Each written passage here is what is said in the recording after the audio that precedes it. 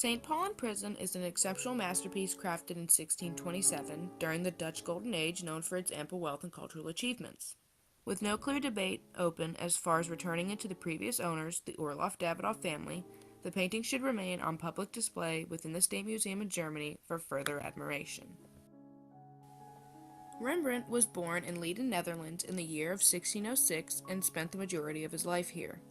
He attended Leiden University around the year of 1620 at the age of 14, but shortly dismissed himself from the program to seek out an apprenticeship.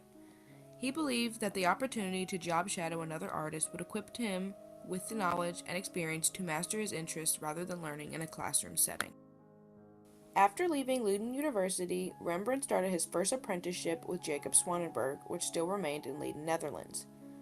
Rembrandt worked with Swanenberg from around 1620 to 1623, where he developed qualities to accentuate his own personal artistic style. Swanenberg was known to paint dark portraits or landscapes, and this style left little to no impression in Rembrandt's personal style. This influence helped shape his focus to the qualities or settings he enjoyed most, such as self-portraits, portraits, animal studies, landscapes, historical scenes, biblical scenes, and even mythological scenes. In 1623 until 1624, Rembrandt briefly moved to Amsterdam, Netherlands to job shadow Peter Lasman, the city's leading history painter. After working with Lasman in Amsterdam for only 6 months, he moved back to Leiden, where he cohabitated with another one of Lasman's pupils, Jan Levens. Even though Rembrandt did not work with Lasman long, he was a large influence on his maturing artistic style. It was not until he lived with Jan where you saw both her and Lasman's influence intermingle in a fluent and creative way. While living with Jan, this is where Rembrandt began studying the human face and emotional expressions, which molded his works into more detailed and elaborate pieces, becoming more realistic. After working with a variety of artists, Rembrandt's style grew more refined and unique throughout the years of practice. It was in the Stoning of St. Stephen in 1625 where you saw characteristics within the piece pointing towards Lasman's influence, such as the horizontal formatting and dramatic gestures. With this painting, it also showcased his emerging qualities, mainly dealing with the detail to the emotional expressions of his subjects of interest. In the year of 1627, Rembrandt painted St. Paul in Prison at the age of 21.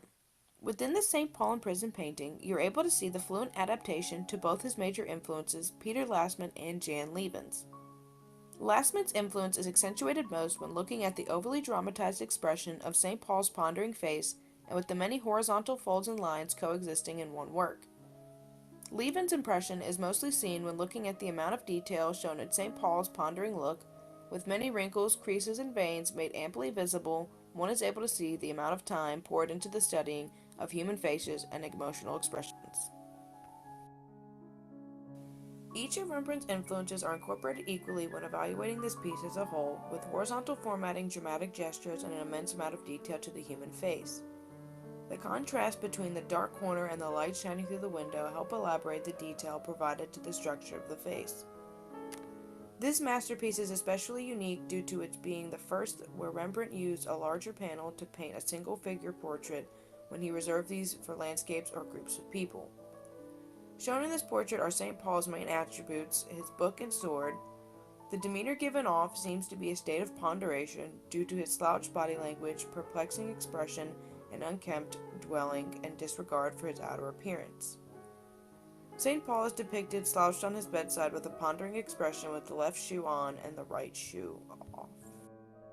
The painting of St. Paul made its way into a small family gallery owned by Count Alexander Orloff-Davidoff.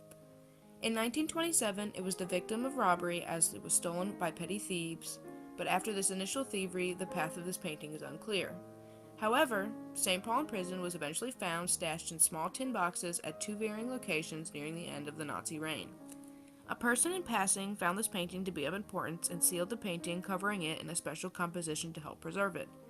After its recovery, it was placed in the State Museum in Stuttgart, Germany on permanent display. St. Paul in Prison has been housed within the State Museum in Stuttgart, Germany since it was found near the end of Hitler's terror spree after being stashed away in tin boxes for quite some time. With the preservation tactics utilized, we were able to incorporate this artwork into our modern art world, and we have a higher appreciation for it now, knowing that it has survived many exterior influences throughout many years.